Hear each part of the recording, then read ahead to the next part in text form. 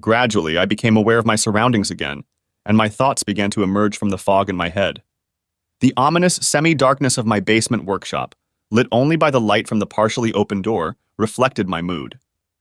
One of my rackets that I had been working on earlier was still clamped in a vise on the workbench. From the other side of the partition, the sounds of our two youngest children playing in the rec room and the Disney movie they were watching on the VCR reached me. Sitting in my battered old chair, I glanced at the clock on the wall. I had been sitting there for over half an hour now, my thoughts spinning in circles. I didn't move. I didn't look, trying to figure out what I wished I hadn't heard. Sunday evening dinner was finished. My wife Sally cleaned the kitchen and did the dishes, and I went down to my workroom to re-glue some rackets for the upcoming fall racquetball leagues. I'd been an avid player for 7 or 8 years now, playing several mornings a week before going to work as an engineer at GM.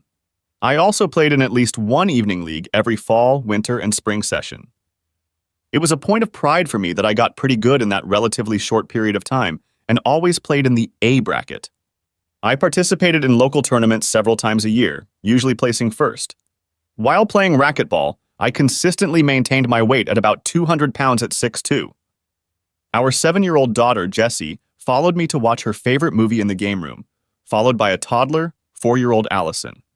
Allie was at the age where Jessie couldn't go anywhere without Allie wanting to go with her. Lucky for us, Jessie didn't seem to mind so far. I was dreading the day when she would get older and everything would change. Our son Jason, now 9 years old, was well aware that he was a boy and the oldest and could not be expected to play with his younger sisters. He would likely sit in his room and build or play with his model airplanes and cars. Fortunately, Jason looked like me and many members of the Robinson clan. Brown hair, hazel eyes, a strong chin, and a prominent but not too large nose. Jessie had Sally's red hair and fine facial features. Allie had blonde hair, and although she was still early in life, she seemed to combine both of our features. I finally finished the handles on the 3 rackets I kept in my gym bag, and as I pulled the strings, I thought a couple of them could use some tightening up. Murphy's Law stated that at least once a week, a string might break in the middle of a league game. I looked in on the girls. They were in the middle of Lady and the Tramp, so I decided to head back upstairs. As I climbed the stairs in my stockings and approached the partially open door to the basement, I heard the quiet muttering of Sally talking on the phone. The thought occurred to me that maybe I could sneak up on her and give her a little pawing. I thought about setting the mood for something later in the day, even though we'd already had a morning of mattress cuddling like we usually did on the weekend. Walking over to the door, I peeked through the crack to see where she was. Perfect, I grinned gleefully. Even after 3 kids and 10 years of marriage, Sally was still beautiful. She was about 5 feet 6 inches tall and under 130 pounds, thanks to regular exercise and a proper diet. She looks even better now than when we were married. She was 23 then, and I was only a year older. The kids may have been the reason why we'd slowed down our sex life over the years, but we usually managed to carve out time for ourselves a couple times a week. Slowly opening the door wider, I heard the conversation that was going on over the phone. "The schedule is Tuesday and Thursday from 9 to 3, I heard her say.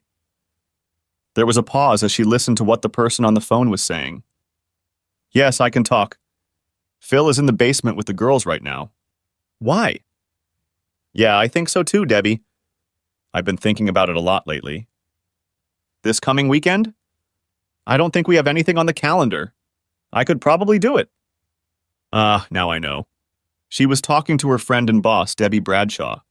Apparently, they were making arrangements for another weekend shopping trip, which happened 3 or 4 times a year. I slowly pushed the door further open and started to step out to make a quick lunge toward the prize that was beckoning me as I suddenly stopped, puzzled by a strange sound. Sally was giggling. "What the hell was that?" Then she giggled again, listening to what Debbie was saying. What surprised the hell out of me was that I couldn't recall Sally ever giggling like that since our honeymoon. Then she lowered her voice and I could make out, "Sure would like to try that thing again before the wart comes off." Suddenly, that remark reminded me of a conversation I'd had in a bar a couple months ago. I started to feel dizzy. I sank down on the basement step and slowly slammed the door behind me. Sally kept laughing and practically whispering into the phone. I could only make out the occasional words, "Last time? I was really on a roll. I know, yeah. Both of you? Tell him I'll see him. Ugh, I can't wait." I stood in the darkness of the stairwell as she began to wind down the conversation. I suddenly didn't want her to be aware of my presence, so I turned, quietly walked down the stairs, and staggered into my workshop.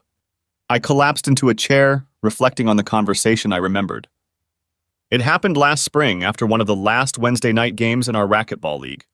Afterward, we went to a bar for a couple beers, which we did about once a month.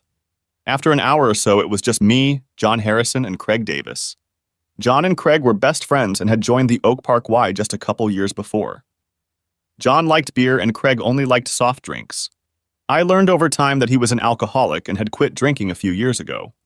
From what I heard, the only problem with his alcoholism was that he couldn't recover after a couple beers, which apparently annoyed his wife a lot. But he still liked the atmosphere at the bar and joined the crowd every chance he got. Both were married, John had 2 children and Craig had 1. As usual, after discussing the matches, the jokes and conversation turned to women. After a dozen times spent at the bar with these two, I realized they weren't bent on fooling around. And on a couple of occasions, they took an unusual interest in my marriage and my life, to the point of making me uncomfortable. In at least one instance, I left after 1 beer to avoid the subject. That night, Craig was bullying John about his wife, Mary. She was insisting that he have surgery of a very personal nature.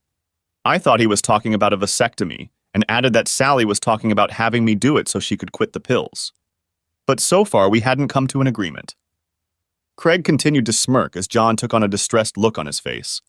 "Oh no, she wants him to remove the wart," said Craig, practically laughing heartily. Looking puzzled, I said, "I guess I'm lost. What are you talking about?" John blushed a little, but explained that he had a regular wart right there. This time I laughed. I'd seen him in the shower, not close enough to notice the wart. He admitted that the wart had grown over the last couple years, and it was starting to scare his wife. John insisted that the wart served an important function.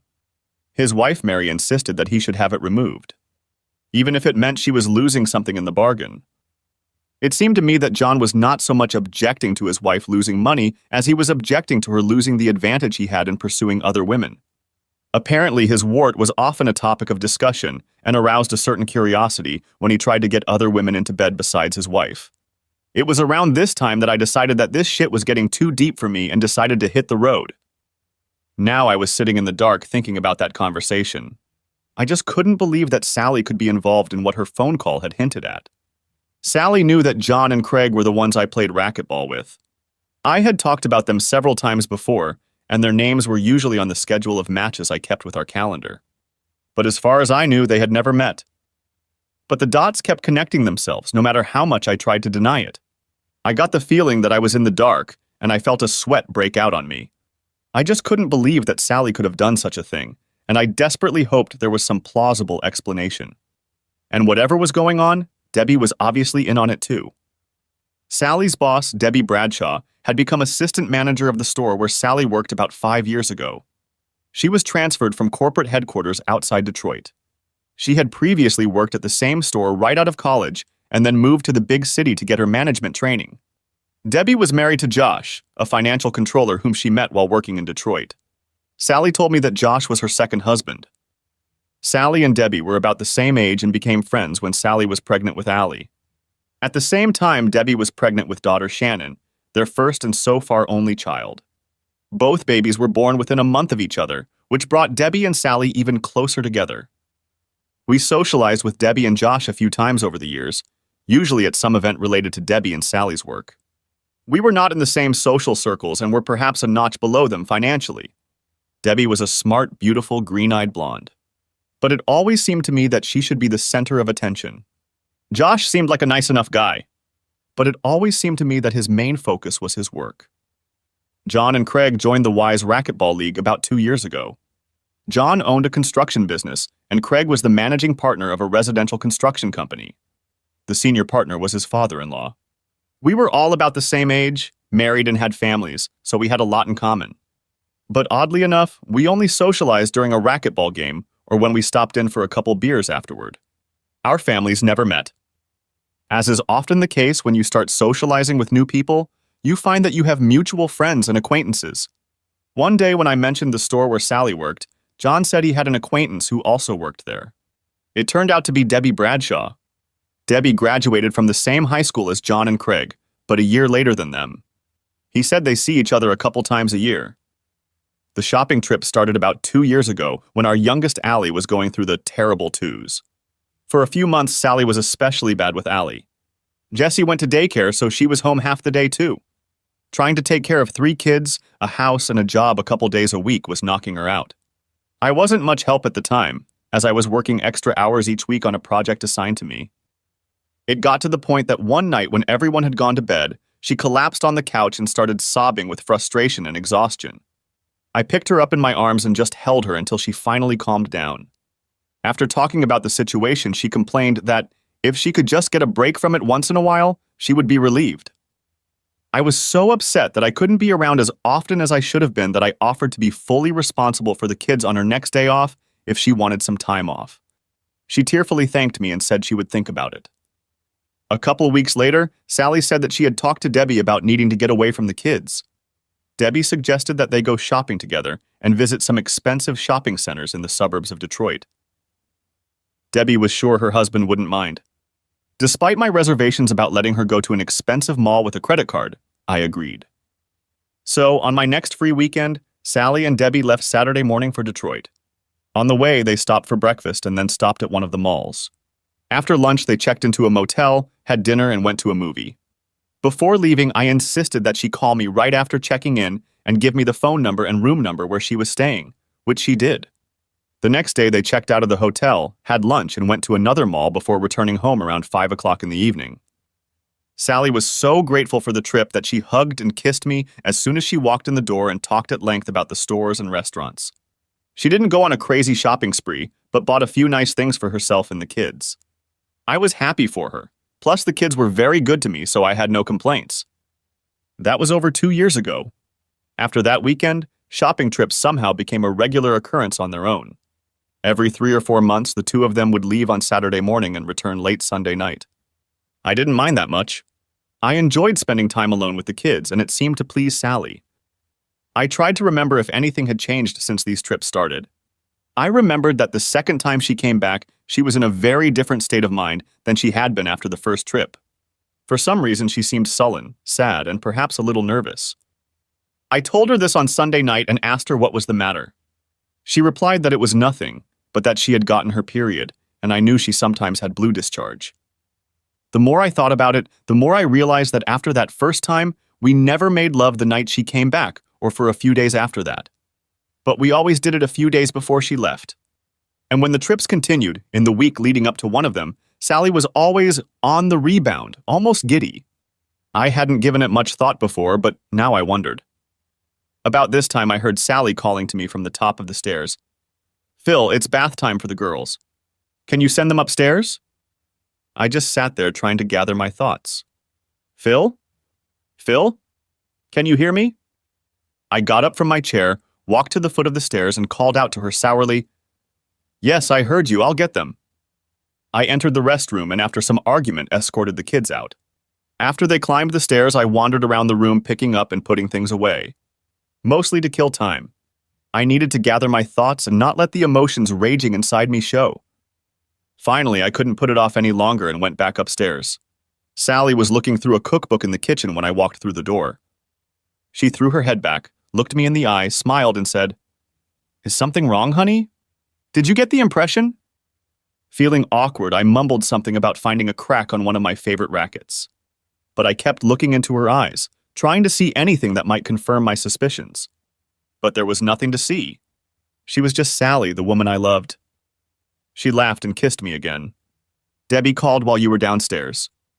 She wanted to know if we could go shopping at the end of next week." At those words, her eyes narrowed, and it was as if a veil had fallen over them. When I stared at her, she blinked and looked away from my face. I knew immediately that she was hiding something, and I thought, how long has this been going on?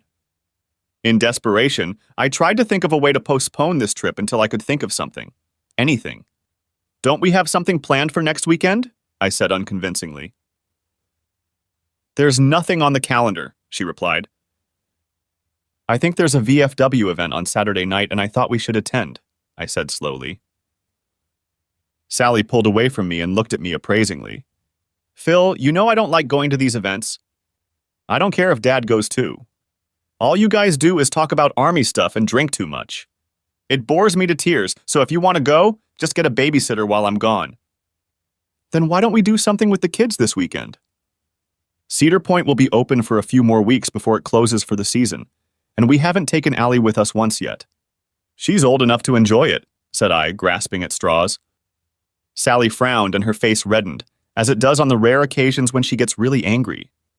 We just took the kids to Mackinac Island over Labor Day weekend. That was only a couple weeks ago. What's gotten into you, Phil?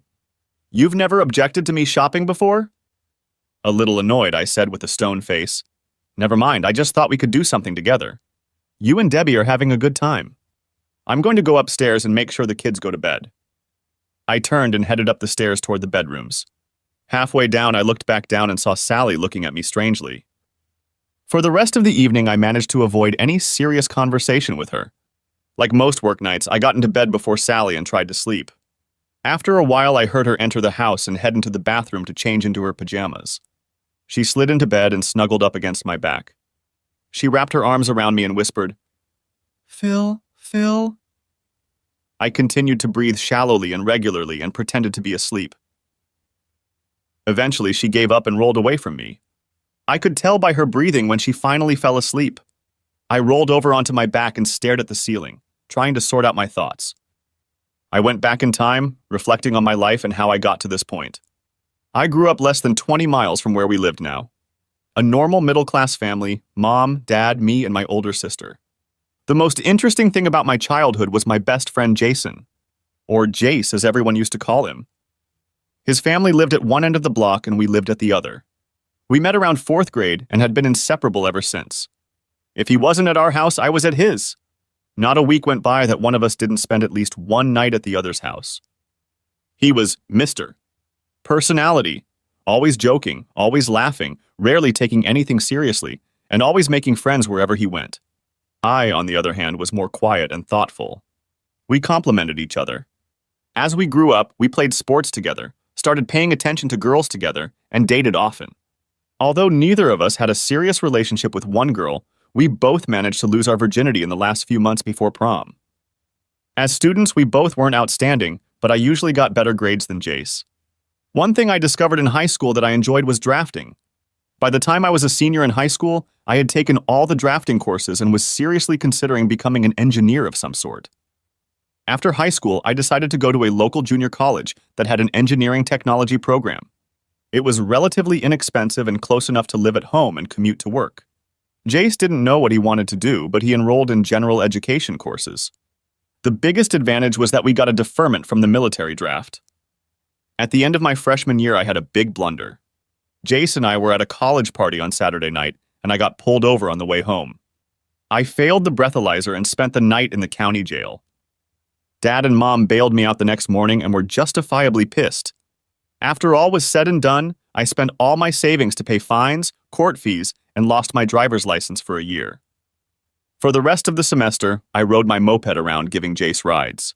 Eventually, I decided, screw it.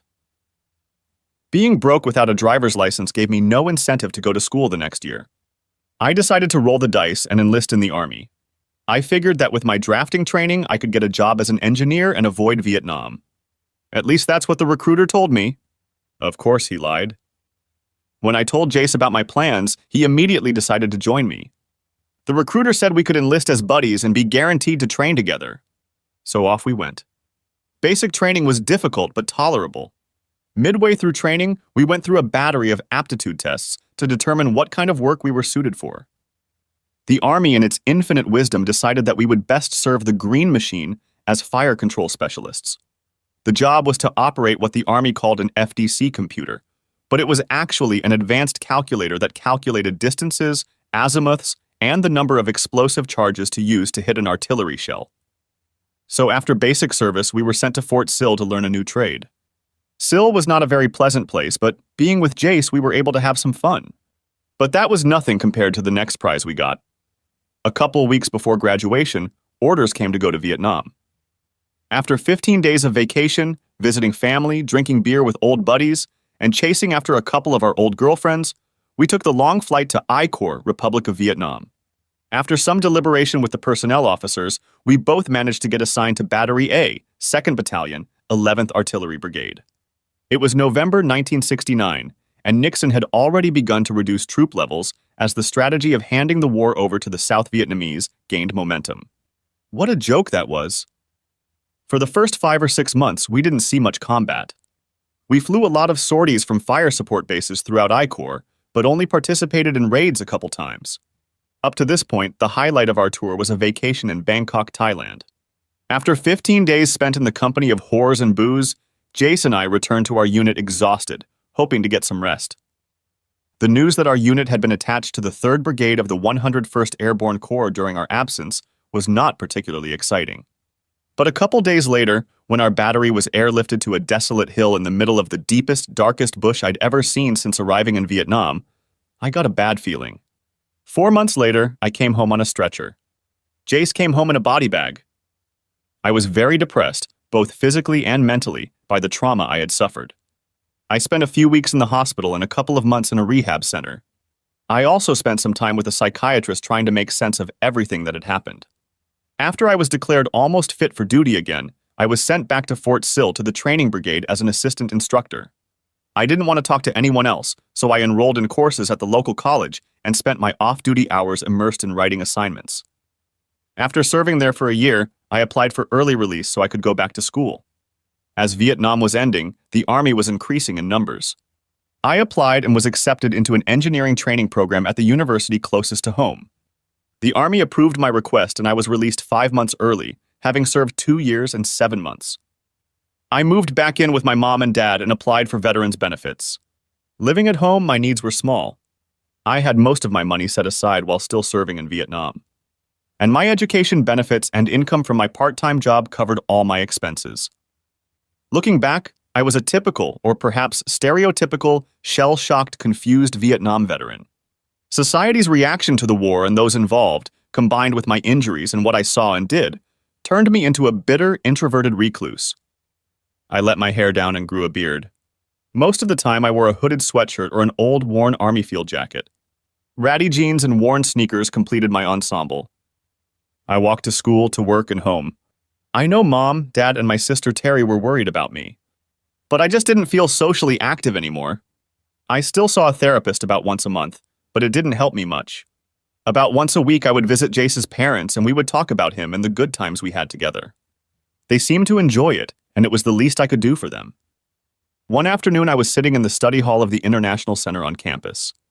A few days a week, I had a couple hours between classes, and I usually spent that time studying or reading. As I tried to ignore the noise of the crowd around me, a voice broke my concentration. "Mind if I sit here?" I glanced at the man standing on the other side of the table and stunned.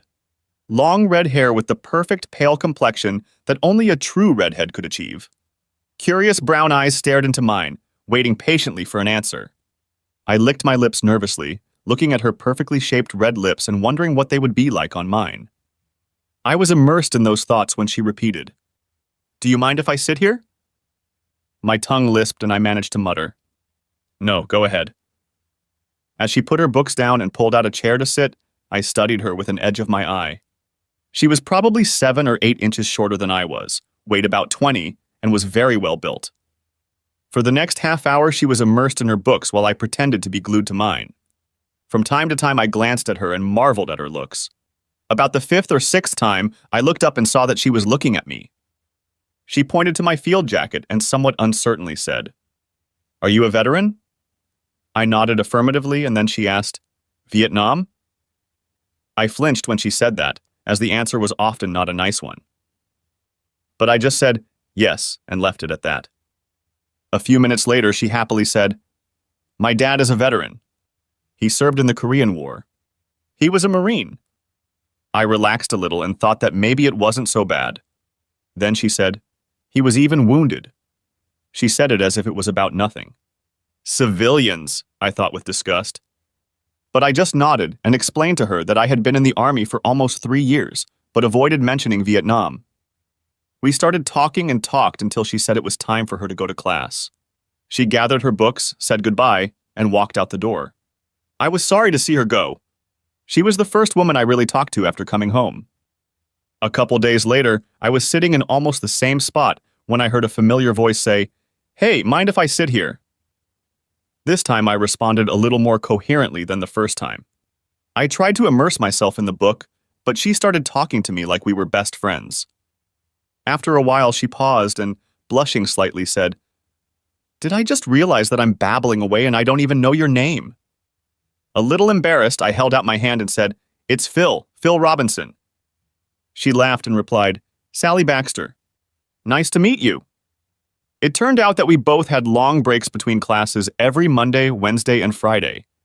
Over the next few weeks, we met for almost the entire break. I heard almost her entire life story about her mom, dad, older sisters, friends, career, and college plans. In addition to being beautiful, she was outgoing, sociable, and disposable. Her personality reminded me a lot of Jace. I told her about my family and classes, but not much else. I deflected any questions about the Army. Frankly, I preferred to listen to her. She could read to me from the phone book and I would still listen. I was completely fascinated by her. Somehow, she had managed to captivate me, to get me interested in something other than school again. After the second visit, I started shaving in the morning for the first time in weeks. After the third or fourth time, I actually went and got a haircut and started dressing less sloppily. My mom immediately noticed the change in me and started questioning me. I honestly admitted that I'd met someone I was interested in. She teased me a little, but it was obvious that she was happy about it. A few weeks after we met, I plucked up the courage to ask her out. She seemed pleased and said yes right away. Like me, she drove from home to attend classes. After she agreed to have me pick her up Friday night, she said with a laugh, "Keep in mind, my dad can sometimes be hard on guys who ask me out. Are you sure you want to do this?" I looked her straight in the eye and said, "Sally, I think that for the privilege of dating you, the least I can do is put up with your dad for a few minutes. Or a lifetime," I thought to myself. She blushed and said, Oh, what a flatterer." I discovered that she blushes easily. Friday night, I knocked on her door and was answered by a woman with a warm smile. Before I could say anything, she said, "You must be Phil. We've been expecting you. Please come in." She took my hand and pulled me inside. As she did so, she called over her shoulder, "Jack, Sally's beau is here." She turned to me and said in a kind voice, "Don't worry about Sally's father. He's really not as bad as she thinks he is. By the way, my name is Emily." And she shook the hand she was still holding. I was pondering how to respond to all this when her father appeared from around the corner of the kitchen. He was a big guy, about my height, but outweighed my 80-plus pounds. Not fat, but stout. "I'm Jack," he said in a deep voice, holding out his hand and looking at me intently. "Phil Robinson," I replied, shaking his hand firmly. "Come on into the family room. We can talk for a few minutes while Sally finishes her work." The three of us walked through the kitchen into a cozy wood-paneled room with a TV in one corner and a couch and a couple of soft armchairs arranged around it. One side of the room was occupied by a fireplace with a hearth and mantel that stretched along the entire wall. On one side of the fireplace stood a triangular wooden box with a folded American flag. On the other side of the mantel was a wooden box with a glass front that I had seen in several stores during my time in the Army. They were used to display military memorabilia, patches, ribbons, and medals. Between them on a pedestal was an M1 Garand rifle. With its polished buttstock and saddle-style leather harness, it looked very businesslike. Above the rifle hung a framed Marine Corps flag. It all looked very intimidating. Jack saw me looking at the fireplace and proudly said, "I was a Marine in Korea. I would have stayed, but I was wounded in the breakout from Pusan and then wounded again in the retreat from Chosin Reservoir. After that, I couldn't get a physical examination." I nodded and said, "Yeah, Sally mentioned that, tough times." "Sally said you were a Vietnam veteran?" asked Jack as the three of us sat down at the table. "I was there for a while," said I awkwardly. "What did you do there?" "I was a fire control specialist in an artillery battery, 1555, said I. He nodded in agreement. 155 are the workhorses of artillery. "What part of Vietnam did you serve in?" Emily cut in. "You'll have to forgive Jack. He's kind of a military history buff. He keeps up with everything to do with the war." "Of course, I understand. Our battery was all over I Corps. Jack looked at me like he couldn't tell if I was a real soldier like him or some bastard from the rear echelon. But Marines never thought much of soldiers. I Corps, huh? This was Marine country. Well, by the time I got there, the Marines were mostly out. Jack snorted, Yeah, Vietnamization. That's a great term for take this country. It's yours. Jack, it's not over, Emily said. It's over except for the screaming. Just wait and see. He insisted, looking at her. I breathed a sigh of relief as that's when Sally walked in. It was obvious that this conversation could go on forever, and the last thing I wanted to do was talk about Vietnam.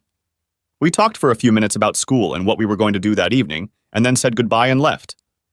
That night, we went out to dinner and a movie. I can't say I remember much about it as I was completely absorbed in our conversation. In the movie theater, we held hands and sat close, almost touching each other's heads. After the movie, neither of us wanted to end the night, so we stopped by the bar for a drink. I ended up walking her to the door a few minutes before she told her parents she was coming home.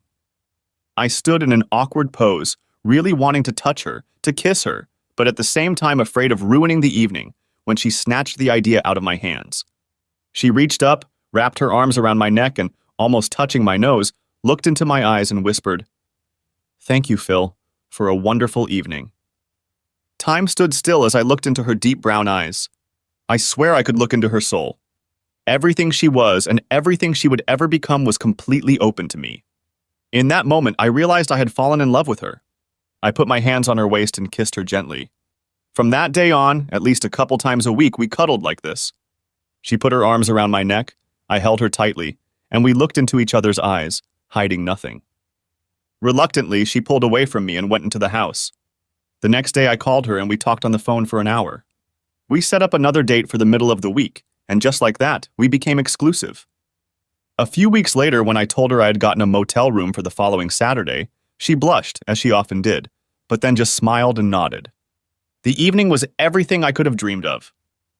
There were a few awkward moments when she saw the scars that Vietnam had left on me, but I assured her that the doctors had repaired everything and I felt fine.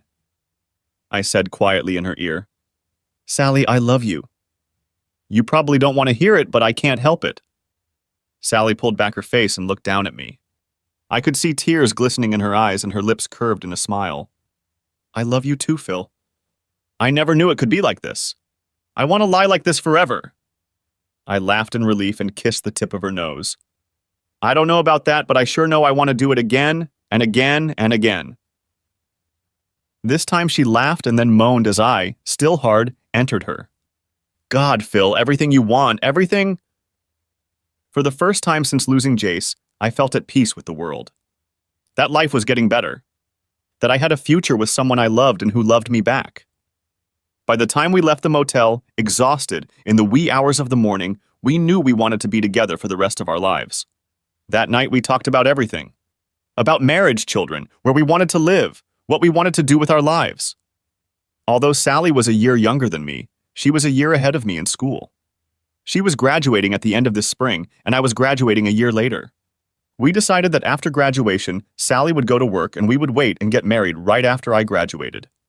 In the meantime, I would rent an apartment so we could be together until then.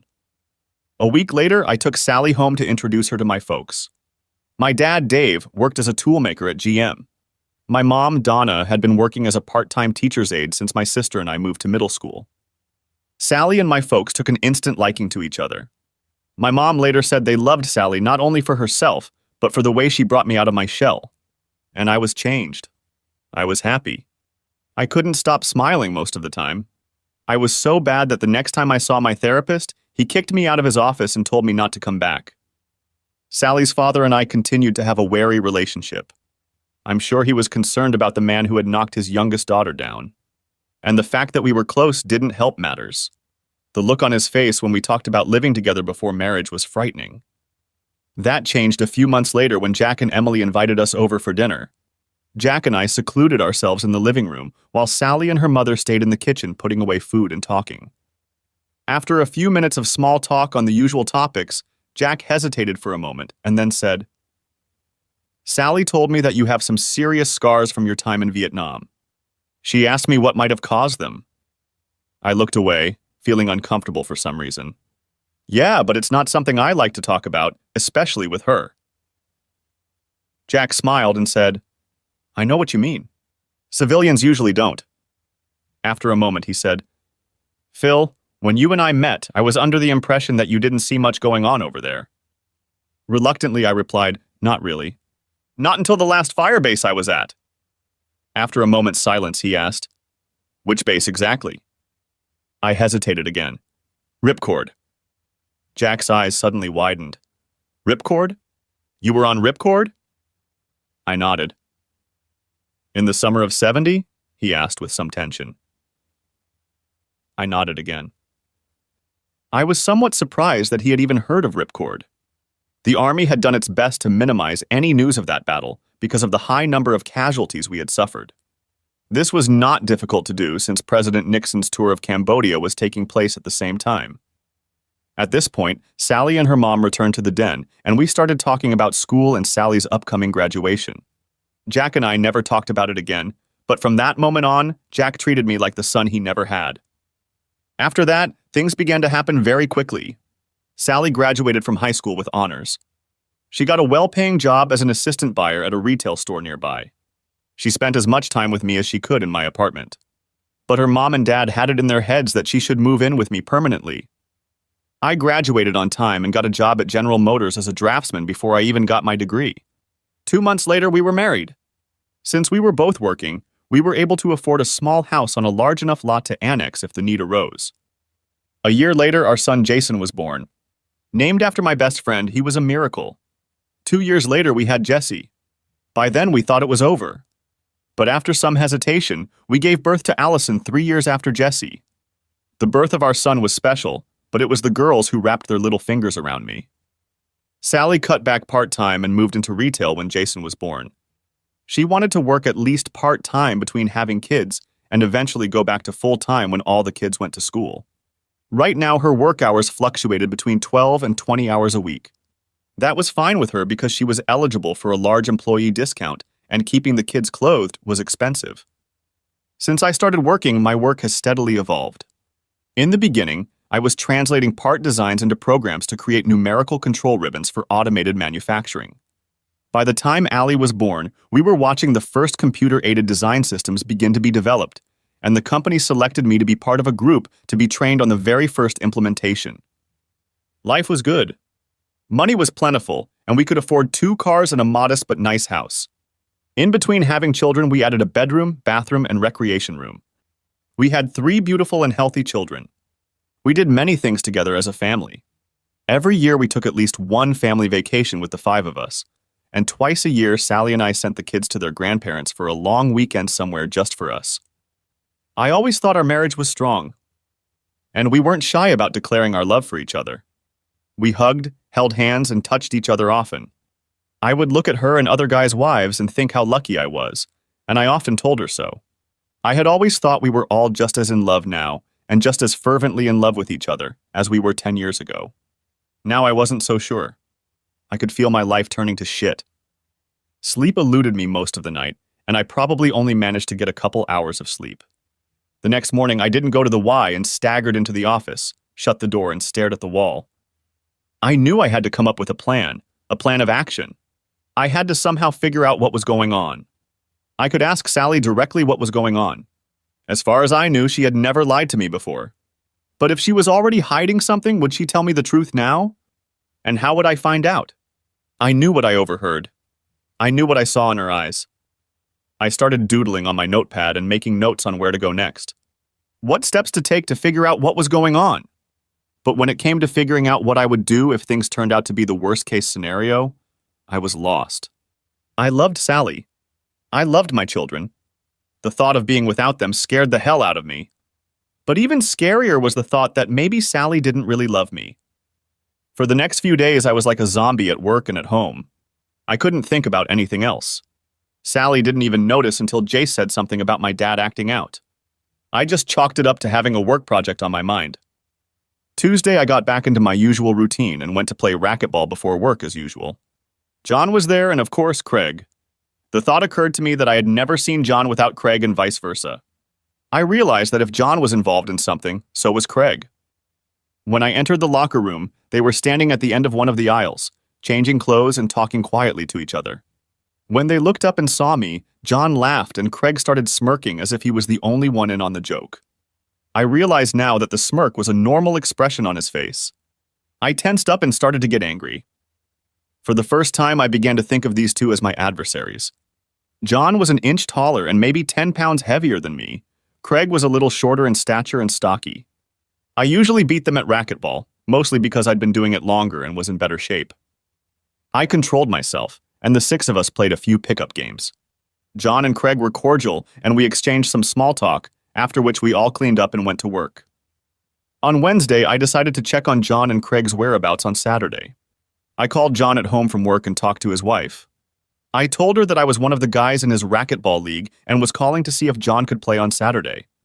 She replied that as far as she knew, he was going to a business conference in Detroit in the afternoon and would be back on Sunday. My heart throbbed when I heard this. On a hunch, I called Craig's house and got the same answer from his wife. Slowly hanging up the phone, I sat down and stared out the window. It was true, it had to be true. The four of them had hooked up down there. But the question remained, how far did it go? It didn't matter, but it was too far. I was angry. A voice rang in my head, "Do something!" Friday night after work, I stopped by my mom and dad's house. Dad had retired last year and they were planning to spend the winter in Florida. In the meantime, they were spending a lot of time renovating the house, getting it ready to sell in case they found something they liked there. They also liked to take their grandchildren with them every chance they got. I told them I needed to talk to them, and we sat at the kitchen table with iced tea while I tried to figure out how to tell them. Finally, I sighed and said, "I don't know how to say it, so I'll just say it. I think Sally is cheating on me." As soon as I said that, tears streamed down my face and I practically sobbed. It was the first time I'd ever said the unthinkable out loud. Mom and Dad recoiled in shock.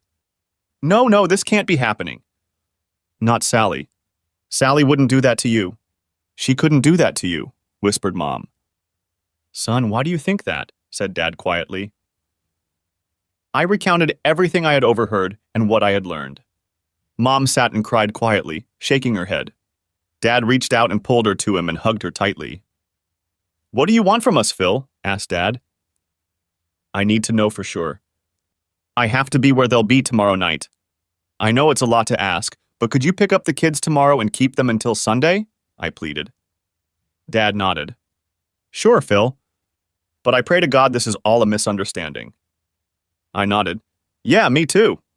But it's hard to see how it could be." Shaking my head, I got up and left. When I got home, Sally, bouncing around, was finishing dinner. When I walked into the kitchen, she turned around, put her arms around my neck, and kissed me. "The kids are in the break room. Dinner will be ready in about 20 minutes, she said cheerfully. I could tell her thoughts were already preoccupied with the weekend. She was practically flying. Like she was on speed or something. As I thought about it, it also occurred to me that we hadn't had anything since the previous Saturday. We'd missed our usual midweek meeting, probably because I'd been in a terrible mood all week and had taken sleeping pills a couple times to get through the night. But Sally never brought it up either. I wondered how she would feel about the idea. I hesitantly said, "Honey, I just realized that we haven't made love since last weekend. And you won't be home this weekend? How about we put the kids to bed early and make some time for ourselves tonight?" Sally took her hands off my neck and stepped back a little. I saw the veil fall over her eyes again and her smile became forced. "Phil, I'd love to. But I got my period a little early today," she said hesitantly. I replied inexpressively, "Oh? Sure, I understand." She raised her hand, stroked my cheek, and said seriously, "As soon as your period is over, I'll explain everything to you, I swear. Okay?" All I could do was not break free from her arms. "Yeah, then it's a date," muttered I. She hugged me and happily went back to making dinner. I turned and slowly walked up the stairs to change. While Sally was on the pill, her periods were regular like clockwork. That was clear to me now. She was saving herself for tomorrow's date. If I didn't know what to do before, I did now. The anger was getting stronger and the voice saying, "Do something," was getting louder. Making it through the entire dinner without showing all the emotions I was feeling was difficult. The kids were chattering away as usual, and Sally didn't notice anything. Could this be the last time we sat down to dinner as a family? I turned away as the thought brought tears to my eyes. The next day, we followed our usual Saturday routine. The older children cleaned their rooms after breakfast. Allie pretended to help. When they were done, they were able to watch cartoons. I fiddled around in the garage until it was time for Sally to leave. Then I went back into the house. Sally was just coming down the stairs with her suitcase and yelling at the kids to behave while she was gone. Allie was standing right behind her and yelling, "Buy me something, Mommy! Buy me something!" Sally stopped at the foot of the stairs, dropped her suitcase, picked Allie up in her arms, and gave her a hug and a kiss. "I will, sweetie. Be a good girl for Daddy." Sally handed Allie to me and kissed her and said, "I have to go. I have to pick Debbie up in 20 minutes. I nodded. "Don't forget to call me as soon as you get to the hotel." "Which one?" She laughed and said, "I always do that. It's the Red Roof Inn in Rochester Hills. Bye." And she walked out the door. I stood on the porch, holding Allie in my arms, and watched her drive away without looking back. As soon as she was out of sight, I slowly walked back into the house and yelled to Jace and Jesse. I had at least 2 hours before Sally would call to let me know she had gotten there safely. More than enough time to do what I had to do. The two of them walked down the stairs, chatting and asking me what I wanted. I told them we were going to Grandma and Grandpa's house for the night, so they needed to pack a bag with pajamas, a change of clothes, and their favorite toys. With a bit of fussing and no answers to the inevitable questions, I made them turn around and go back to their rooms. I helped Allie gather her things and led everyone out of the house and into the car. Mom and Dad were waiting at the door when we pulled up. I unloaded all my stuff and checked into the house. As I headed for the exit, Dad threw me a concerned look. "Good luck, Phil." "I hope you're wrong." I sighed. "I know, Dad, me too." "Thanks for doing this. I'll call you in the morning." I headed home through the airport. I stopped at Avis and switched cars. I didn't want my car to be recognized where I was headed. A couple hours later, I was still sitting in the kitchen looking at the clock. The events of the week were replaying in my head with repetitive slowness. When the phone finally rang after 1 o'clock, I stared at it stupidly, but then I came to my senses and picked it up. "Is that you, Phil?" I heard Sally's voice say. "Yeah, it's me." "You didn't even say hello. Is everything okay?" "Everything's fine, just fine." "Is everything okay with you?" I said with a bit of sarcasm. "I don't know what you mean by all sets, but we made it okay." We stopped for lunch on the way. "We're staying in room 168, number 555-645-0168. We made small talk for a few minutes. Then she said, "Debbie is waving at me. I have to go. We are spending the afternoon at the Meadowbrook Village Shopping Center. I'll see you tomorrow." And the phone clicked as she hung up without waiting for me to say goodbye. I thought, she didn't even say she loved you. And this morning when she left, she didn't say it either. I dialed the Red Roof Inn I'd found earlier and asked for a reservation. I asked if Sally Robinson had checked in. They replied that she was, and that I would be connected to her room. I said no, that would not be necessary. I would meet her later. I hung up and dialed the number again. This time I asked if John Harrison was registered. I was answered that yes, but he hadn't registered yet. I said I would call back later and hung up. I sat there staring at the phone, trying to suppress the anger that was threatening to turn into a murderous frenzy. It was a frightening feeling that I hadn't experienced in years. I stood up, walked slowly into the workshop, and unlocked the door of the gun cabinet. I stood there looking at Dad's old 16-gauge double-barreled shotgun, a 36-inch Winchester Model 73 rifle, and an old machine gun handle left over from when I was a kid. Dad gave me his old rifle when he and Mom planned to move before he retired last year. I bought a Winchester back in high school when I went deer hunting for a couple years. After Vietnam, I couldn't bear the thought of hunting again. I stood there, immersed in contemplation. I knew that if I took my gun with me, I might never see my children again. Bending over, I opened the bottom drawer and pulled out an old, beat-up shoebox littered in the corner. I carried the box upstairs and tossed it on the kitchen table. I rummaged through the pile of stuff until I found what I was looking for. I pulled the Ka-Bar sea knife I'd bought in Bangkok out of its sheath and felt the point it was still sharp. Most of the hilt was stained a dark, rusty color. I shoved it back in, bent over, pulled up my pant leg, strapped the knife to my calf, and covered it up. I gathered a few things I might need. Driving gloves, a water bottle, a couple candy bars. It was already 2 o'clock when I got behind the wheel of the car to start the 90-mile drive to Rochester Hills. I pulled into the parking lot of the Red Roof Inn and drove slowly along the building until I pulled up to room 168. I didn't see Sally's car, so I parked a couple rows away from the room, turned the car off, and waited. I didn't feel like it, but I kept thinking and reminiscing about Sally and the kids. It was already 5 o'clock when a new red pickup truck I recognized pulled into the parking lot right in front of Sally's room. John and Craig got out of the car. They looked quite happy, laughing and talking. They pulled a couple suitcases and a refrigerator out of the trunk and went into the next room. After about 45 minutes, they came out and got back in the truck. I followed them for a few miles until they turned into the parking lot of a bar called Tupper's Pub. I stopped on the street and watched them go inside. I then slowly drove around the parking lot and almost immediately spotted Sally's car. I parked on the street so I could see both the front door and John's red pickup. I wondered if I should go inside, but the bar seemed small and I was afraid of being noticed. I sat and listened to old country music and an endless string of She Made Me Wrong songs. It suited my mood. It was already 9 o'clock when the four of them finally left the bar, laughing and joking and holding hands.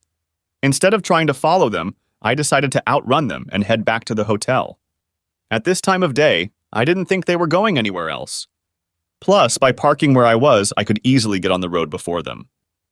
I parked in front of their license plate with the windows down about 10 minutes before Sally's pickup and car pulled into the parking lot. The four of them got out of the car and stood in front of room 1, talking. I was close enough to see them in the lantern light above the door, but far enough away that I couldn't hear what they were talking about except for occasional bursts of laughter. They seemed to be arguing good-naturedly about something. After a few minutes, John swung a coin out of his pocket, tossed it in the air, and caught it, then held his hand out in front of everyone to show which side was up. Some of the onlookers nodded approvingly, and Craig pulled an unresisting Sally to him and kissed her soundly. Smiling, Debbie grabbed John's hand and pulled him into the other room. Holding hands, the two couples laughingly went to different rooms, pointing and waving at each other. I sat stunned. Who had done who? What kind of game was this? As my mind wrestled with my anguish, with the realization of what was probably going on in room 168, the voice I had heard all week in the back of my mind began to escalate to a scream. Do something! Anything! Do what? It was obvious this wasn't the first time. They were too good with each other. I couldn't undo what Sally had already done. 10 years. 10 years of marriage and starting a family. She'd ruined it all, and me. What good was that going to do now? I thought I knew the answer to that question. At least I'll sleep better knowing I tried to do that. Then John came out of Debbie's room, dressed only in boxer shorts and a t-shirt. He had a beer in his hands. I glanced at my watch and suddenly realized I'd been staring at their door for over an hour. John looked around the building from head to toe to make sure no one could see him, then walked over to Sally's room and knocked on the door twice. A couple minutes later, Craig came out wearing jeans, no shirt or shoes. He closed the door behind him. They stood talking for a few minutes while John sipped his beer. Then they high-fived each other, and this time John went to Sally's room and Craig went to Debbie's room. Suddenly it hit me what had just happened. I had lost my mind. Suddenly a voice screamed in my head, "Do something, asshole!" I felt a wave of madness wash over me. I couldn't stop myself anymore. I moved to the other seat, found my driving gloves, and pulled them on. I deliberately got out of the car and quickly walked over to number 168. I put my left thumb on the peephole with my left hand and knocked twice with my right hand. When the door started to open and when John said, "What the hell, Craig?" my fist was already flying forward and hit John with all the anger and frustration I could muster. John's head snapped back, he backed up 2 steps and went down hard on his ass. He sat there in just his boxer briefs, closing his eyes and covering his face with his hands. I looked around the room, looking at the overturned bed and the ajar bathroom door. I could hear the shower running. I pulled up my pant leg and pulled my knife out of its sheath. His nose was mostly on the right side of his face. I tapped the handle of the knife on his nose to get his attention, then flipped the knife over when he opened his eyes. His eyes widened when he saw the tip of the knife in front of him. "How long, John? How long has this been going on?" whispered I wildly.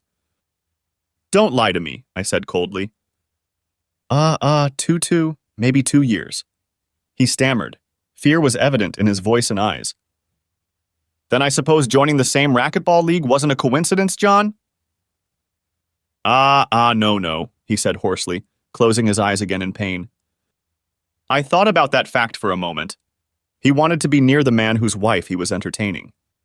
You're just a sick bastard, John. Look at me, John. If I ever hear you approaching Sally or any other married woman, I'll find you. And I'll find your wart. Do you understand me? Understand? Repeated I when he hesitated. Yes, he wheezed at last. In fact, you'll be better off if you go far, far away. John's eyes bulged with horror. Suddenly, the stench of shit hit my nostrils, and I realized his guts had let go. At that moment, the shower noise stopped, and I heard the curtain being pulled back. Sally's voice came through the door. Hey, John boy. I thought you were going to get in the shower with me. What's up? And she giggled. I looked up just as the bathroom door opened, and Sally appeared in the opening. She was holding a towel and drying her hair when she suddenly saw me. Her eyes went wide. She gasped, her face pale to a pasty white. The towel fell to the floor and her mouth opened as she tried to say something. Complete shock was evident in every muscle.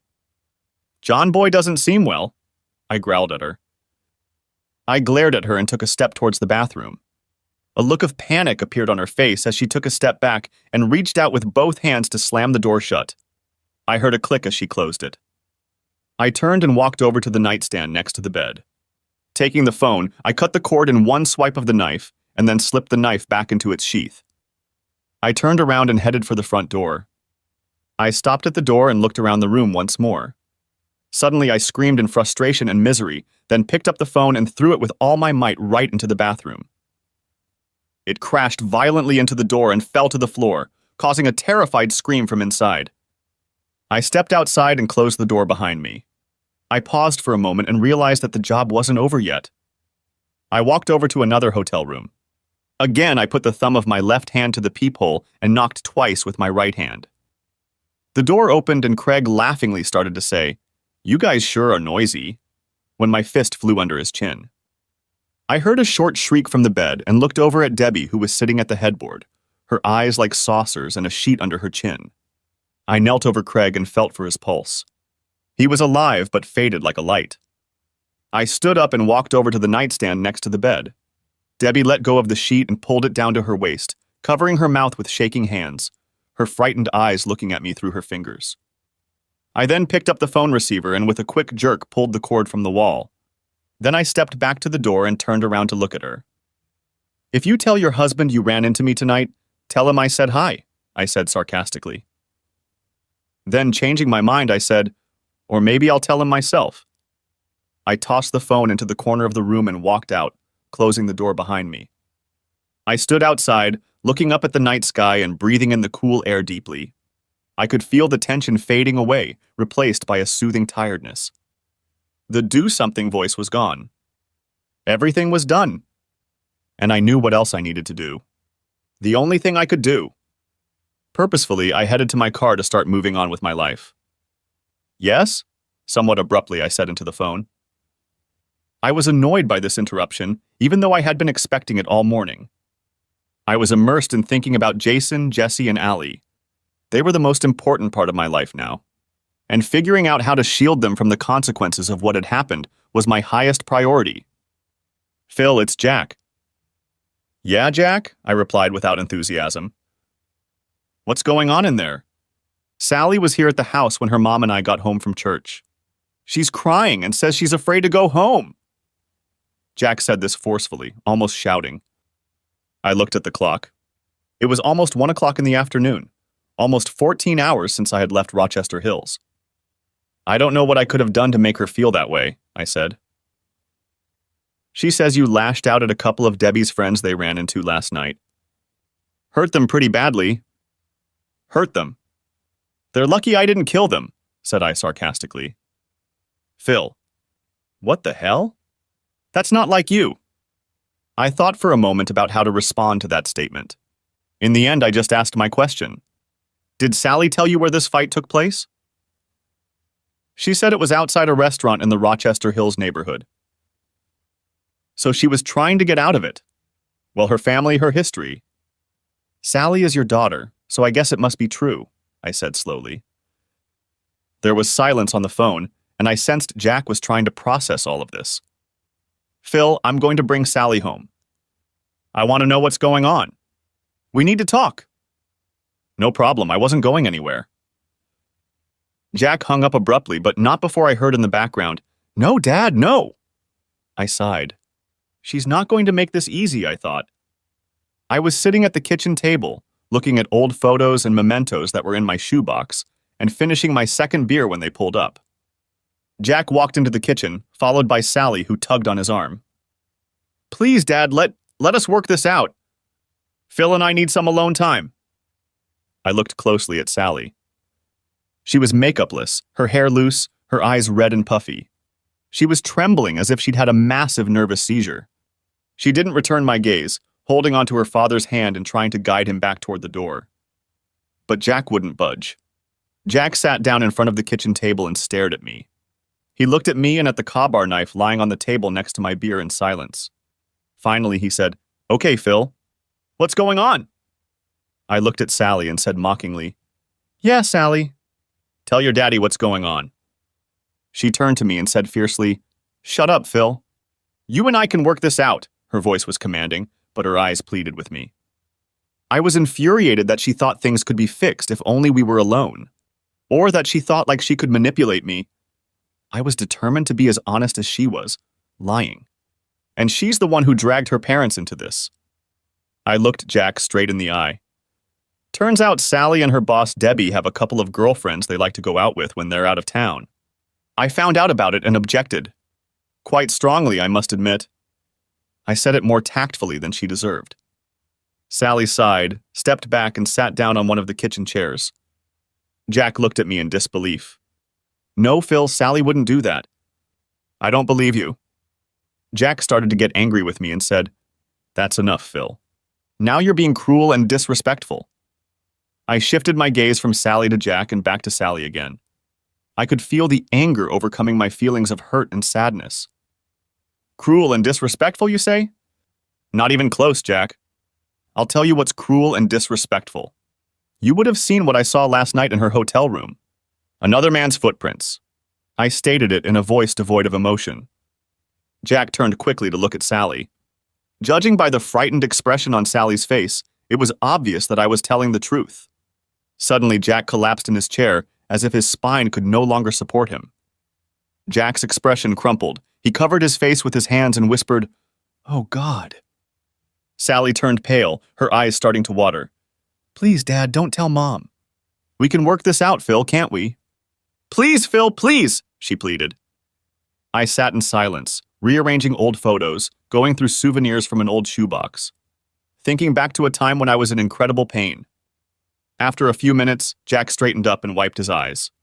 He looked at me expressionlessly. "What are you going to do, Phil?" he asked, watching the tears continue to flow down Sally's face. I sat and thought about this question for a few minutes. Finally, I said slowly, "I never told either of you about Vietnam or Ripcord." I sighed. "Hell, I never told anyone about Ripcord. Not even my therapist." I waved my hand at the pile of stuff on the table. "Isn't it ironic, Jack, that your generation displays its war memorabilia for all to see and admire, while my generation puts our reminders in a shoebox and hides it in the bottom drawer?" "Why is this so?" I asked rhetorically. I held up a faded photograph of two tanned, barefoot, skinny young guys in baggy jungle uniforms with badges around their necks. They grinned at the camera like Vietnam was a Boy Scout outing. Had I ever been so young? I certainly felt old now. I tossed the picture on the table between Jack and Sally and started talking like I was lecturing strangers. Jace and I were dropped off at Ripcord in May 1971. It was another base in a string of bases our battery was assigned to. We airlifted howitzers, set them up, conducted firing operations for a month or two to support the warriors making their way through the jungle, and then moved on to another base. We were in Vietnam for 6 months, and we had another 6 months before we had to rotate home. But this time it was different. We were stationed on a desolate ridge surrounded by the thickest and most forbidding jungle we had ever seen, overlooking the A Shau Valley near the Laos border. The valley was a bad place for the U.S. military. In previous years, it had been the site of several bloody battles with many casualties. The Ripcord Fire Support Base was intended to support 4 battalions of the 101st Airborne, which were battling in the mountains on either side of a Shao, trying to prevent the North Vietnamese army from penetrating the coast from the Ho Chi Minh Trail. What a joke that was. The fire base consisted of our 155 gun battery, 1115 battery, a mortar platoon, and a company of support infantry to guard the perimeter. We had 2 helicopter landing pads and several ash and debris units, probably no more than 400 men at any one time. Virtually the entire fire base was underground, in bunkers, trenches, and tunnels. We learned later, near the end of the battle, that we were surrounded by about 12,000 North Vietnamese regular army soldiers. I looked sadly at Jack. "Does that remind you of anything, Jack? Like your Marines at Chosin Reservoir?" Jack nodded slowly and looked off into the distance, as if remembering another time and another place. I paused for a few minutes, gathering my thoughts and memories. The first 6 weeks or so weren't so bad, at least for us. But for those of us who were dropped off in combat formation on the hilltops around us, it was pure hell. We were almost constantly on missions to support them. Helicopters came and went from dawn to dusk. But we only occasionally took sniper fire or automatic weapons fire. But the helicopters, coming in for a landing, drew increasingly heavy anti-aircraft fire. On the 1st of July, everything changed. Just after 7 a.m., we came under mortar fire for the first time. For the first week, the NVA fired an average of 20 to 30 shells daily at US from 60 and 81 millimeter mortars. Then they started firing large caliber mortars of 120 millimeters, large caliber guns that had never before been brought outside the demilitarized zone. The bad thing was that because of the wind blowing across the valley and the sounds of helicopters and retreating artillery, most of the time you couldn't hear the incoming artillery. That first week, I was caught off guard running from the mess hall to the fire control bunker when a mortar explosion knocked me off my feet. I jumped to my feet and made it to the FDC bunker in the least amount of time. As I slumped against the wall trying to catch my breath, Jace looked up from his desk and said nonchalantly, "Damn, Phil, you're bleeding." Of course, in my haste to get where I was going, I came out of the bunker without body armor.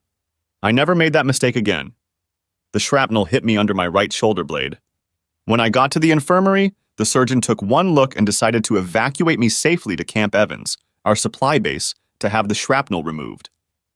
An hour later, I was on my way. They extracted it with no problem, but decided I had a concussion and decided to keep me for a couple days for observation. By the time I got back to Ripcord, anyone who showed up from above had a more than equal chance of getting a shrapnel wound. The days went by and the shelling got heavier and heavier. Not only mortars, but rocket-propelled grenade launchers and recoilless guns. Toward the end, we were taking 70 to 80 shells a day. We began to suffer more and more losses. Our guns were in constant action. The muzzles of our howitzers were pointed almost straight upward as we fired at targets so close. The batteries used up their main charge in 3 or 4 hours. Heavy Chinook supply helicopters flew in with pallets of ammunition suspended from slings and fired 51 caliber NVA the entire way. They would detach without landing and take off with all the speed they were capable of. Then all who were not otherwise occupied would rush to the landing stage and start tossing shells and boxes of powder charges to the batteries. During one of these operations, I received another half-dozen minor shrapnel wounds. Between the constant shelling, doing our regular work, and bringing ammunition to the guns when there was nothing else to do, we were constantly exhausted. There were artillery planes, F-4 Phantom, and even B-52S constantly around us conducting airstrikes on the hills. Smoke from shelling hung over the fire base and sometimes clouds of CS tear gas, which the NVA liked to throw at us, made the air stink. And after the 8th of July, when the dinkies were first spotted in the wire, we were on alert almost every night. We all knew it was only a matter of time before the NVA would attempt a perimeter assault. We were all on edge, waiting for it to happen. As the shelling continued day after day, we began to take serious casualties. Morale was plummeting as we were left with the feeling that we had been abandoned here. Before it was over, we had lost over 500 killed and wounded. At least a dozen times I was assigned to carry body bags or stretchers to the helipad for evacuation. On the 18th of July, the worst thing that could happen happened. A Chinook airplane carrying a load of howitzer shells came under fire and crashed, right over a 115 battery and an ammunition supply point. The battery burst into flames like a Roman candle. Explosions and fires continued for several hours. All 6 guns were destroyed and several dozen men were wounded. We were all shocked. I looked at Jack, tears streaming down his face. When the Chinook went down, many of us rushed to the battery to try to help. Several of the injured suffered burns when the aviation gas ignited. Jace and I reached down to lift one machine gunner and put him on a stretcher when the skin on his arm, which I was holding, came off in the palm of my hand. I shook my head. "That and the smell of burning flesh I'll never forget," whispered I. Jack nodded at me with a grim expression, and Sally's face reflected horror. I took a deep breath and continued. We all knew this place wouldn't hold up, but the brass didn't see it. All they saw was an opportunity to hurt the enemy. After all, we had almost 4 NVA regiments gathered in one place, I said bitterly. A couple nights later, we were put on alert again. We were bombarded with automatic weapons all around the perimeter, as well as conventional fire. Jace and I had set up an M60 machine gun in a slot trench in front of the FDC bunker in case of a surprise attack. Our mortar platoon was constantly firing flares to illuminate the wire, and the infantry company was returning fire along the edge of the jungle. Every few minutes, artillery ships flew overhead and fired rockets or miniguns at suspicious NVA positions. Jace and I usually didn't try to return fire because there was a 3-man infantry position 20 to 30 yards in front of us, and return fire usually drew unwanted attention to our location. This night, the infantrymen were almost constantly popping up and firing M79 grenade launchers and automatic weapons toward the bushes. Every once in a while, tracer fire would return from the jungle. Then a volley of 20mm mortar rounds hit the infantry position in front of us. Jace and I ducked to the bottom of our foxhole as the ground shook. Stunned, we finally peered out from behind the edge of our position and saw that the infantry trench was completely covered. No one could crawl out of it. We quickly took up 60 positions, and Jace began returning fire while I fed him ammo from my belt. The platoon sergeant crawled over to us, and we told him what had happened to the infantry and that we would need more ammo. He nodded, ducked as low as he could, and rushed off toward the Tactical Operations Center. We were just reaching the last belt when suddenly I heard a shot from an M16 and felt as if my back and thighs had been hit with a baseball bat. I collapsed on the edge of the trench and stared into Jace's eyes. Unable to move, I saw in his eyes the realization of what had happened to him. He moved his lips, trying to speak, but nothing came out. I reached for his hand, he squeezed it once, and then I saw the light go out in his eyes, and I realized it was the end. I looked up at Jack and Sally, but I didn't see them. Tears were streaming down my face. My best friend in the world was dead, my brother, except in name. I felt alone, so alone, I said brokenly. I wiped my eyes and tried to pull myself together. I could hear Sally sniffling. Whether it was because of Jace or because of her own difficulties, I couldn't tell. Finally, I continued. I turned my head with difficulty to look behind me. About 10 feet in front of the FDC bunker, Corporal Tran was standing in front of us, pointing an M16 at us. Tran was one of Kit Carson's scouts assigned to the 101st Regiment. The scouts were mostly made up of North Vietnamese deserters who, for whatever reason, decided they were on the wrong side. Tran spoke English fairly well and sometimes acted as an interpreter when the infantry took prisoners or recovered documents from destroyed enemies. A couple times he took shelter in our bunker when we were shelled, and we ate together a few times. One night, Jay started teaching him how to play poker just for fun. Many of the scouts got clumsy when things got tense, if they thought there was a chance of being captured. They knew that in that case, all that awaited them was a bullet to the head. Most of them had been locked in one of the bunkers a few days ago as the siege continued and their behavior became increasingly suspicious. None of us trusted them. I don't know if Tran was just scared or if he was an NVA infiltrator. I guess it didn't really matter.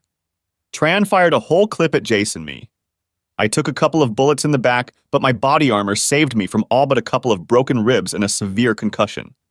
One bullet hit the back of my thigh but didn't hit the bone. I felt myself starting to go into shock at the realization that Jace was really gone and I'd been shot. I fought unconsciousness as I knew that if I lost consciousness, I would probably die. I began to talk myself into getting angry, focusing on the enemy and getting even with him. As the anger built up, my vision took on a purple hue, and I could feel the murderous rage taking over my mind. Noticing my movement, Tran tried to shoot at me again. Luckily, he had already emptied his clip. I fell down and played dead. Tran must have decided he was done with me because he dropped his rifle and jumped over our trench. He started waving a flashlight and shouting in Vietnamese into the jungle on the other side of the wire. I struggled to get up on my knees to see what he was doing. A rocket-propelled grenade flew out of the bushes, narrowly missing him and me, leaving a distinctive corkscrew-shaped trail of smoke, and exploded behind us. He was jumping up and down, waving his flashlight around like a madman, almost foaming at the mouth. In the light of the flares, I saw 3 figures dressed in khakis and helmets separate from the edge of the jungle and run toward the wire. As they approached, I discerned the distinctive satchel charges hanging from their necks and the AK-50 carbines they held in their hands, indicating they were sappers. I tugged on the M60 that lay beneath Jace. I could barely stand on my feet, but I managed to pick it up and point it in their direction. I knew I had to stop them before they could punch a hole in the wire. I managed to fire 2 long bursts before the belt was empty. I don't know if I hit them, but the 3 sappers went down and Tran turned around and stared at me in shock. He screamed at me, saliva flying from his mouth, and he grabbed the machete hanging from his belt. Most scouts carried them with them to pick their way through the jungle on patrol. I just had time to put my foot on the edge of the trench and push off before Tran lunged at me. I dropped the M60 and managed to grab my knife from the sheath on my belt. We came face to face. Almost unconscious, I ended up on his chest as he tried to push me away and reach for the machete. He failed. I don't know how long I sat like that. With the flickering light of flares, the noise of exploding mortar shells, tracer shells flying overhead, the rumble of howitzers, the smell of cordite and burning debris in my nostrils, I felt like I was lost in hell. Suddenly, Eric, my platoon sergeant, pulled me by one arm and Lieutenant Dixon, our FDC officer, by the other. Dixon was yelling at me to get back to the bunker, that the fast movers were coming to rain napalm on our perimeter, and we were too close to the wire. I paused in my narrative, took a sip of beer, and ran the tip of my knife across the 3 Purple Heart medals lying on the table. In idleness, I arranged them in one sequence or another. Jack and Sally were silent, barely breathing. I could not look at either of them. Finally, I continued. It was about this time that I lost consciousness. I woke up in a medical bunker under an 4 with a battalion surgeon and one of the corpsmen working on me. Doc told me that I would probably survive and that they would fly me out in helicopters as soon as dawn came. I ended up being flown out around noon, which was a miracle. Every helicopter that came in was under heavy fire. 2 had already been shot down. The helicopter I was flying in received several shells, including one that killed the crew commander. But that morning, before I left, the decision was made to evacuate Ripcord. I found out later that they took everyone out on the 21st and then bombed the hell out of the place. I shrugged. It didn't matter to me anymore. 24 hours later, I was on a flight to a hospital in Japan. I spent a week there. Then I was transferred to Walter Reed for another month. While I was there, some colonel who had probably never heard of Ripcord went around handing out medals. They gave me this one for killing my enemies. I reached into the box, pulled out a piece of red, white, and blue silk with a silver star, and placed it on the table next to the Purple Hearts. It was identical to the one in the shadow box on Jack's mantelpiece. The doctors treated me well, and I'm told that after a couple months of rehab, I'll be fine. I shook my head, but I wasn't fine. At least not mentally. I was having nightmares every night and waking up screaming. I couldn't get the sounds, the smells, the faces of the dead, and wounded out of my head. I missed Jace's funeral, but I managed to go home on vacation before heading to SIL base. The first thing I did was visit Jace's mom and dad. It was the hardest thing I had ever done. They wanted to know everything about Vietnam, what we did there, and how Jace died. But they didn't ask a single question. Why did I survive and he didn't? I paused and said quietly, "It's the same question I asked myself almost every day." I stared into space, reflecting on this dark time in my life. I was in therapy, but I still felt like I was withdrawing from the world. I didn't want to see anyone or talk to anyone. I did the bare minimum of what I had to do at Fort Sill to keep everyone happy. I immersed myself in college drafting classes, so I wouldn't have to socialize with the other guys after work. When it was time to get out of the army, I moved back in with my parents and continued going to school. Not because I really cared, but because I didn't know what else to do. I lifted my head and looked into Sally's eyes, and all the pain, resentment, and anguish of the previous night almost blinded me. "And then I met Sally," whispered I. She suppressed a sob, lowered her gaze to the table, and refused to look at me. You brought me back to the real world. You were happy and totally interested in everyone and everything around you, and you were beautiful, inside and out. All the things I thought I wasn't. And you made me want to get to know you. You made me want to truly live again and gave me a glimpse of what my life could be. And I fell in love with you. You saved me. And you gave me 3 wonderful children. For that I will always be grateful to you, I said wistfully. For a few minutes we sat there without moving. Finally, Jack cleared his throat and said quietly, "What now, Phil?" I turned my head tiredly and looked at him. "Jack, I've been betrayed twice in my life. Both times I lost my best friend," I said simply. Sally lowered her face into her hands and began to sob, whispering, "No, no, no." All 3 of us sat in silence, Sally sobbing and Jack and I had tears in our eyes. Jack said quietly, "Are you sure, Phil? You want to throw it all away because of one mistake?" Sally raised her head, a flicker of desperate hope in her eyes. I knew that what I had to say would put a stake in our marriage, but I couldn't let the lie go. I shook my head and looked at him. "The only mistake, Jack?" "It wasn't the only mistake. I found out last night that Sally had been cheating on me for almost 2 years. And it wasn't with just one man." Sally sighed, closed her eyes, shook her head in despair, and sank into her chair even paler than she had been before. I looked at her curiously. "John didn't tell you, Sally? That he confessed to everything?" I turned to Jack. "Does that answer your question?" I said.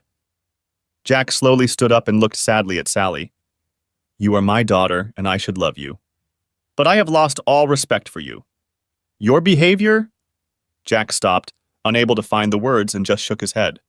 Sally reached out to him, wanting to touch him, but he pulled away. He turned to me and said firmly, "Phil, you don't deserve this. Do what you have to do. But please don't hurt her." I couldn't sit still for that.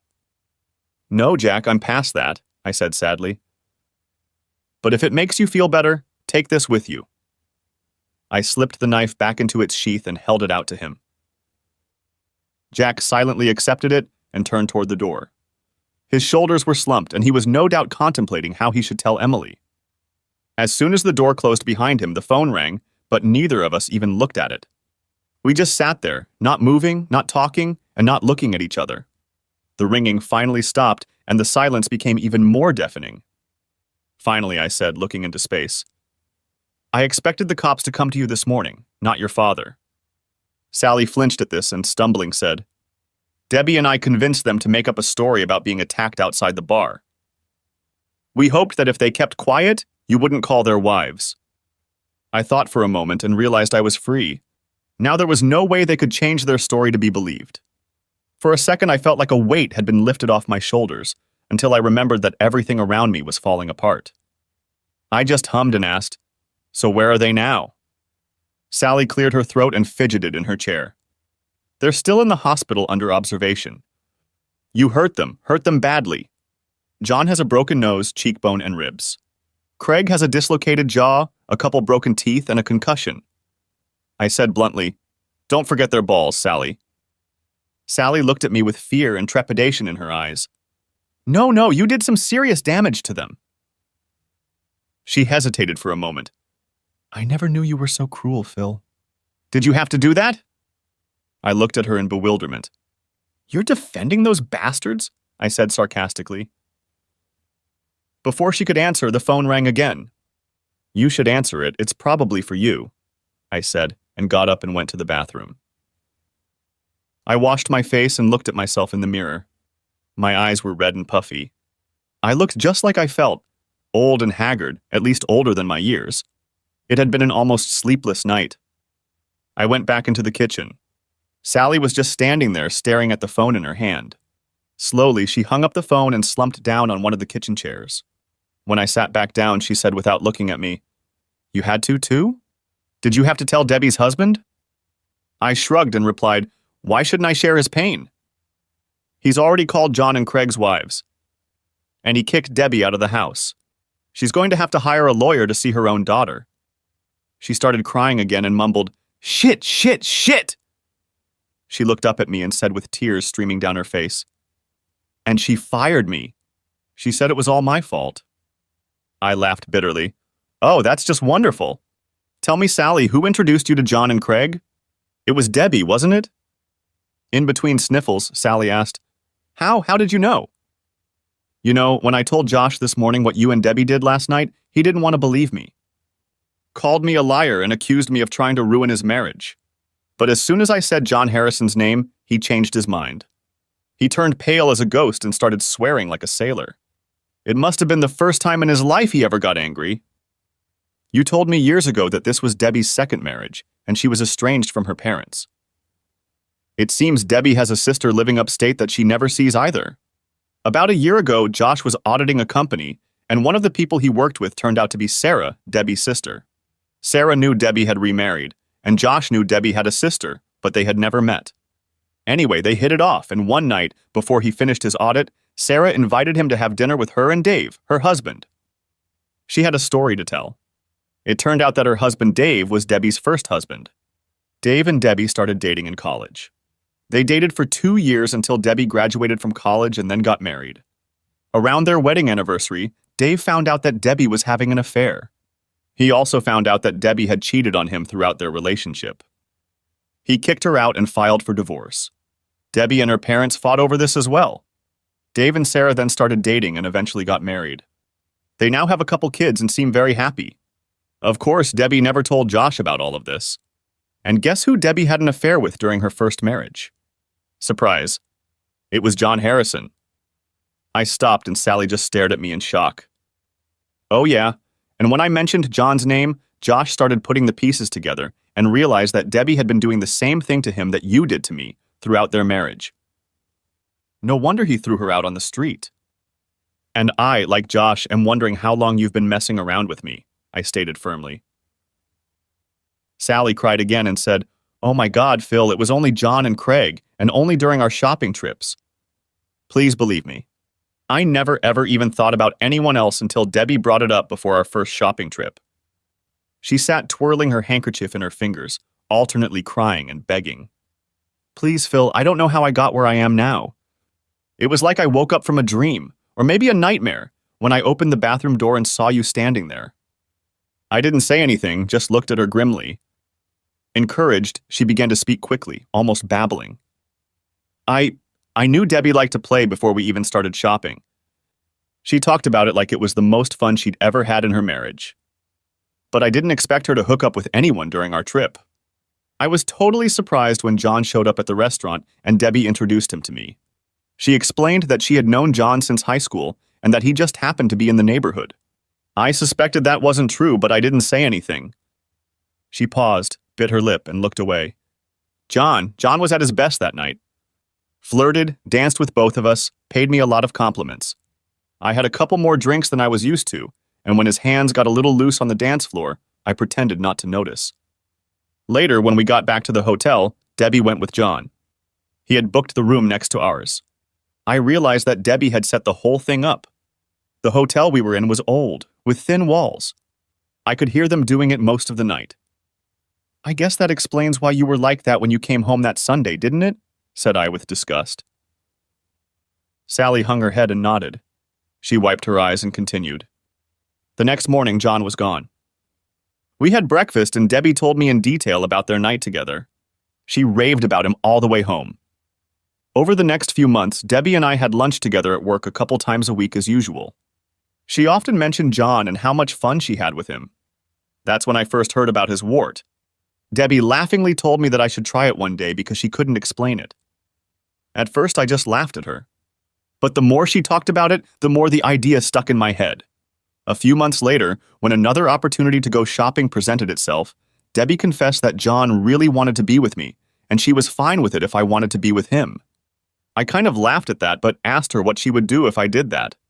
She said John had a friend Craig who would come over and keep her company. I didn't say no, and I don't know why. I told her I would think about it, but I don't think I could do it. Sally looked at me and I just stared back at her expressionlessly.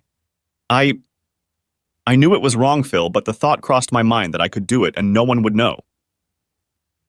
Sally looked away again and said, That Saturday night, John and Craig came to the restaurant.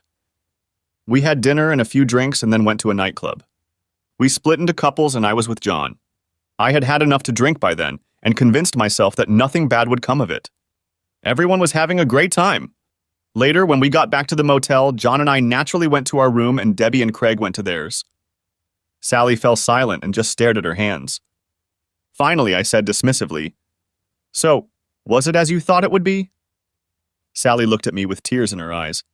"It was okay. It wasn't any better than what you and I have. What made it so hot was that it was so wrong and it was with someone new and I could pretend to be someone else." "You mean it wasn't just okay? He turned you on so much that you forgot about your husband who was waiting for you at home. Your husband who took care of your kids out of love for you so you could be alone," I said bitterly. Sally suppressed a sob and turned away again. "Yes," she whispered. "And how do you explain Craig, my spouse?" said I sarcastically. Without looking at me, she replied, "After we slept with John a few times, Debbie joked that she was starting to miss him.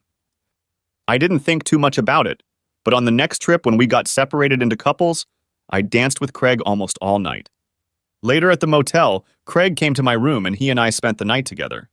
It didn't seem like a big deal. Then, a couple trips later, John and Craig switched in the middle of the night. I didn't realize it at first until I woke up late one night and realized that the man making love to me wasn't the man I started out with." Sally looked at me sadly. "I felt like I was two different people living in two different worlds. I like our life together, you and me and the kids. But I got hooked on these weekends. I thought I could have both and you would never know. How stupid could I have been?" "Damn stupid," I agreed. "And then when you saw me at the motel, I looked at myself in the mirror and realized what I'd become." She whispered almost to herself. I stood up and looked down at her. "Interesting story, Sally.